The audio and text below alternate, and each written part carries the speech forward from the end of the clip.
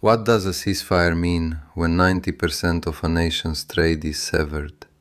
Not cut back, not reduced, severed. There is a weight in that word that deserves to be held. A ceasefire is supposed to mean the stoppage of hostilities, a breathing space, a moment where both sides step back from the precipice and look at what they might have destroyed. It suggests a return to some baseline of normalcy, or at least the possibility of one. But what normalcy can exist when the economic arteries of a nation are tied shut, when the ships that carry the lifeblood of commerce cannot move, when a blockade descends with the precision of military enforcement, even as diplomats use the language of peace? This is not a rhetorical question. It deserves to sit for a moment, unresolved, because the resolution we might reach reveals something about how language itself has become a weapon in our contemporary moment.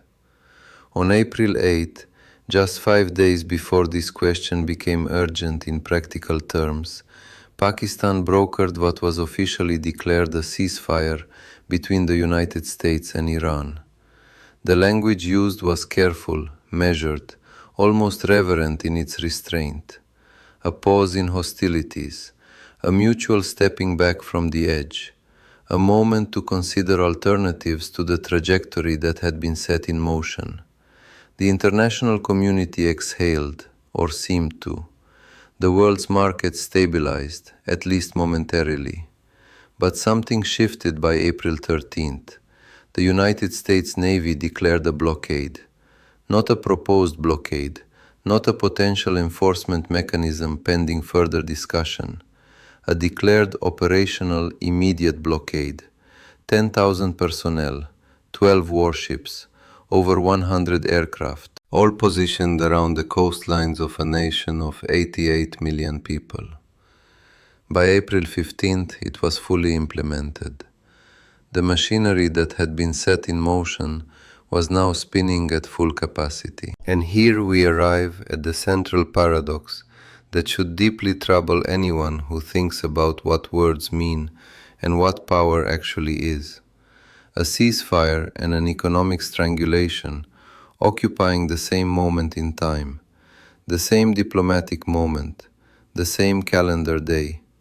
Consider what was happening in those 5 days between the brokering of the ceasefire and the full implementation of the blockade. Pakistan's military chief landed in Tehran on April 15th, walking into a crisis of definition that was perhaps even more dangerous than a direct military conflict, because it could not be resolved through weapons. He was walking into a situation where the ceasefire had barely begun to establish itself, where the diplomatic framework was still being tested, where goodwill was still theoretical rather than proven, and Iran immediately declared the blockade a violation of the ceasefire. Not technically a violation, perhaps, according to some narrow reading of the ceasefire agreement, but a violation in spirit, in substance, in the reality of what was occurring. They called it an act of war. The word choice mattered. An act of war is recognizable. It can be responded to in kind. It exists within the framework of international law and military doctrine. But the United States, confronted with this accusation, deployed different language. Not war, they said, enforcement. As if the distinction somehow mattered to the tanker captain whose ship was intercepted, or to the refinery worker whose supply lines had just vanished, or to the family whose medicines depended on ports that were now closed. Enforcement versus war, blockade versus quarantine, ceasefire versus economic siege, language as the terrain upon which power operates when kinetic warfare becomes diplomatically inconvenient. The numbers that emerge from this situation deserve reflection, not because numbers tell us truth, but because they anchor truth in something measurable, something that cannot be disputed or reinterpreted through linguistic sleight of hand. Iran's economy runs on seaborne trade. This is not a statement of preference or policy. This is structural reality. 90%, not 50%, where one might argue that alternative routes could be found. Not 70%, where domestic production might absorb some portion of the loss. 90%. In terms of what a blockade means, that percentage is the difference between hardship and systemic collapse. The economy that depends on a single artery for 90% of its lifeblood becomes vulnerable to anyone who can clamp that artery shut. And someone could clamp it. Someone did clamp it. In the first 36 hours of the blockade's full implementation, 8 tankers were intercepted. 8 ships, each one carrying commodities that Iran needed: oil, chemicals, food products, goods destined for ports and markets and eventually into the hands of civilians. They complied without fire. No shots were exchanged. No military engagement occurred. No vessels were sunk or damaged. The blockade worked through sheer presence and superior force positioned at choke points. And yet the effect is identical to what would occur if there had been violent engagement. The supply ceases, the economy contracts, the people feel the pressure. There are humanitarian exemptions written into the architecture of the blockade, at least in principle: food, medicine, medical equipment, goods essential to the functioning of hospitals and schools and food distribution networks. In theory, these goods can still move. In theory, the blockade is precise enough to allow the lifeblood through, while cutting off what is deemed strategic or military or economically significant in the wrong ways. But theory and practice are old adversaries, and the gap between them has never been more apparent than in the space where official policy meets the lived experience of the people affected by it. A hospital might have the official exemption to receive medicine, but if the port is blockaded and the shipping company is intimidated, if the insurance companies refuse to cover transit and the banks refuse to facilitate transactions, then the exemption on paper becomes meaningless. The medicine never arrives. The humanitarian exception exists in documents. The reality exists in the corridors of empty pharmacies. Here is where the deepest paradox emerges, and it is one that should give us pause as we consider what we are actually doing and why we are doing it. The United States intelligence agencies, the very agencies tasked with understanding Iran's military and nuclear capabilities, had concluded something that contradicts the justification for the blockade. They had assessed that Iran was not building a nuclear weapon. Not currently. Not by any of the metrics that actually matter when we are evaluating genuine existential threats. The intelligence community, which has access to satellite imagery and human intelligence networks and signals intelligence and every other tool available to a superpower, had reached the conclusion that the stated reason for escalation did not hold. The nuclear threat that had been invoked, that had been used to justify preparation for conflict, that had been the narrative underpinning the entire policy framework, was not supported by the intelligence itself. And yet the blockade continues. The machinery of enforcement grinds on. The ships are intercepted. The economic pressure mounts. The question that emerges from this gap is not a comfortable one, but it is necessary. If the stated justification does not hold, what is the actual reason? What are we doing and why are we doing it? What is the real conversation happening behind closed doors when the official narrative has been undercut by your own intelligence services? This is not a question that admits of easy answers, which is perhaps why it is so rarely asked directly. The global economy felt the tremor immediately, because economic systems are sensitive instruments, exquisitely tuned to detect the presence of instability and fragility. Oil prices spiked. Brent crude moved to $99.36 per barrel. West Texas Intermediate to $99.08. These are not random fluctuations. Markets do not lie about fragility. They smell it. They incorporate it into their calculations with a speed and precision that human analysis can never quite match. The International Monetary Fund revised global growth downward to 3.1%. That is a significant revision, reflecting a broad assessment that the blockade, even in its early stages, was having effects that rippled outward from Iran to every economy connected to global trade. And Iran itself? The IMF cut the forecast for Iranian GDP to negative 6.1%. That is not an economic statistic in the abstract sense. That is a forecast of contraction, of loss, of hardship spreading across an economy in ways that will be felt most acutely by the people least able to absorb shocks. For 88 million people, a negative 6.1% forecast is not something to discuss in seminars. It is a prediction of suffering, of unemployment rising, of inflation accelerating, of the purchasing power of wages declining, of the ability to buy food and heat homes and purchase medicine and educate children all becoming more difficult in ways that compound and cascade. The ceasefire was set to expire somewhere around April 21st or 22nd. These dates matter because they mark the boundary between the temporary and the permanent, between the pause and the return to conflict. The diplomacy that Pakistan was attempting to orchestrate hinged on the possibility of extending the ceasefire beyond this initial window, of using that window to establish frameworks for genuine negotiation rather than just military pressure applied through economic means. There is what has been called an in-principle agreement to extend the ceasefire. In principle. That phrase carries weight. It means something has been agreed upon, at least theoretically, at least in the realm of stated intention. But the White House denied formally agreeing to it.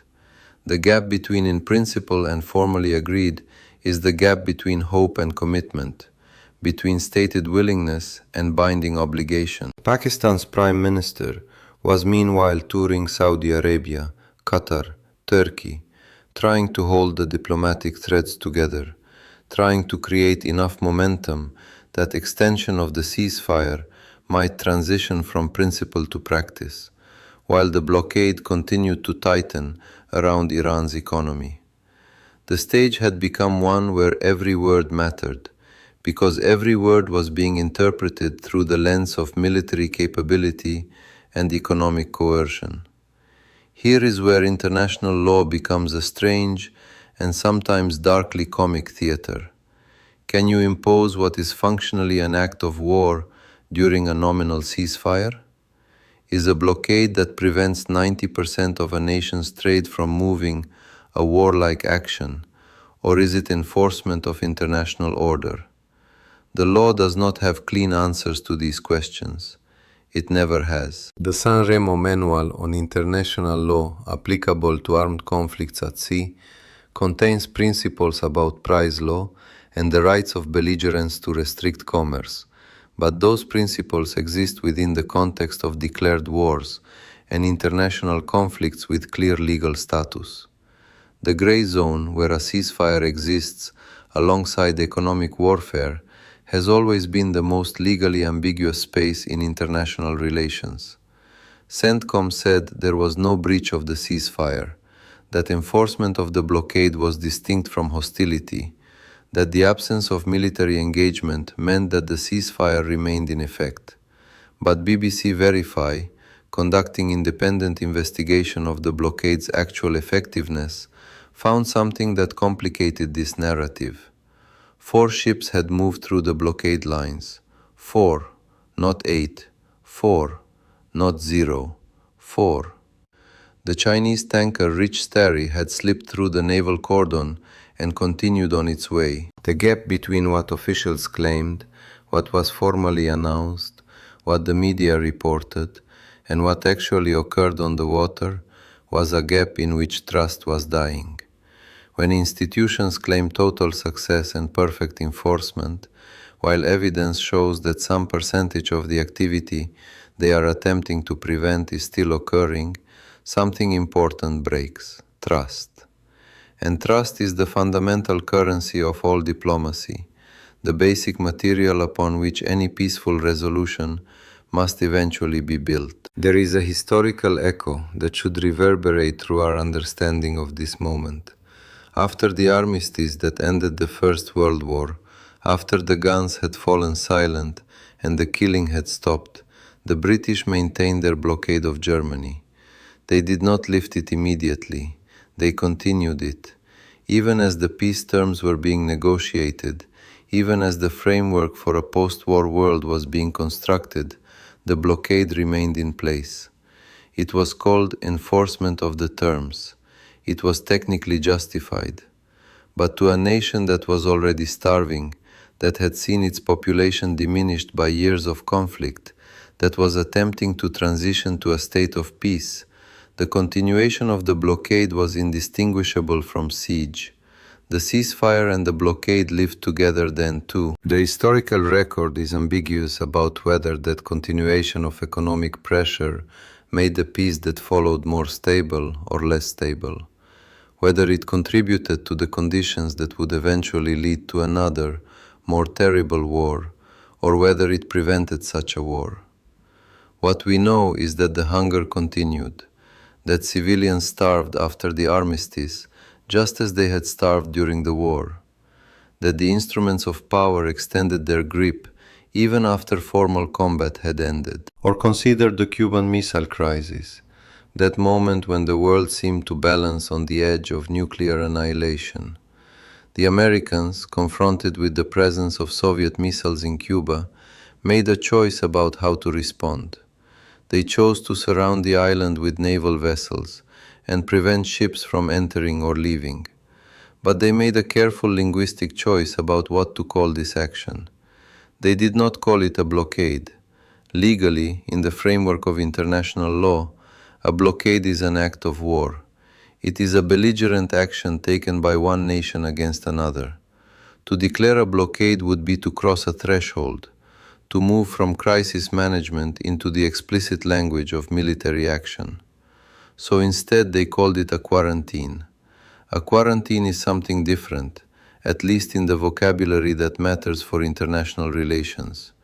A quarantine is a temporary measure of containment, a health measure, something that suggests that the problem will eventually be resolved and normal commerce will resume. The language mattered because it existed in a carefully maintained space between peace and conflict, between business as usual and the declaration of war.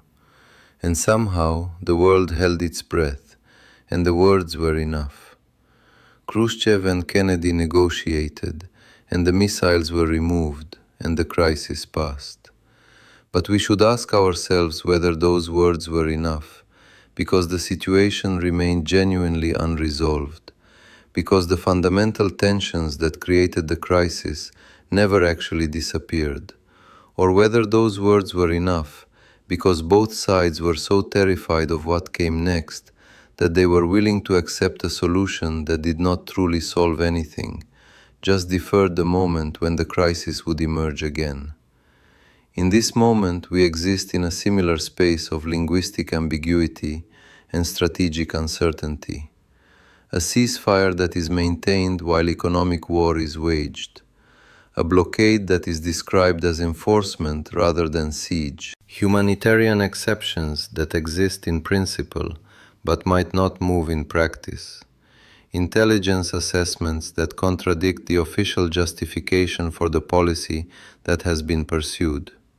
A blockade that functions perfectly according to official narratives, while evidence suggests that some portion of the restricted traffic is still finding pathways through. What does a ceasefire mean when one side is waging economic war? The question does not have a clean answer. The answer depends on whether you believe that a blockade is an act of violence, even when no shots are fired, whether the starvation of trade is peace or merely war by other means, a different tool applied to the same end of subordinating an adversary's will to yours, whether the absence of bombs means the absence of harm, whether the absence of kinetic warfare means that peace has actually been achieved, or whether we have simply shifted the instruments through which conflict is conducted. 88 million people are living inside that ambiguity. They are living in the gap between what is officially called a ceasefire and what their daily lives actually are. They are living in the contradiction between the paper exceptions for humanitarian goods and the practical reality that many of those goods are not reaching their destinations. They are living in the space between what is claimed about the blockade's effectiveness and what independent observers are actually seeing on the water. The questions that emerge from this situation are theirs to carry now. These are not abstract philosophical puzzles for think tanks and academic journals. These are the lived reality of families trying to purchase medicine, hospitals trying to maintain supplies, schools trying to continue functioning, markets trying to access goods that are necessary for survival. Not comfort, survival. I am left wondering what happens to language itself when we can sever 90% of a nation's trade and still call it peace. What words are left that mean anything at all? If ceasefire can mean the imposition of a blockade, if enforcement can mean economic siege, if quarantine can mean blockade, and blockade can mean war by other means, then what vocabulary remains for describing actual peace? What words could we use to describe a situation that is genuinely different from this one? The degradation of language in the service of power is one of the oldest stories in human civilization, but it becomes more urgent, more troubling, when the stakes are this high and the consequences this real.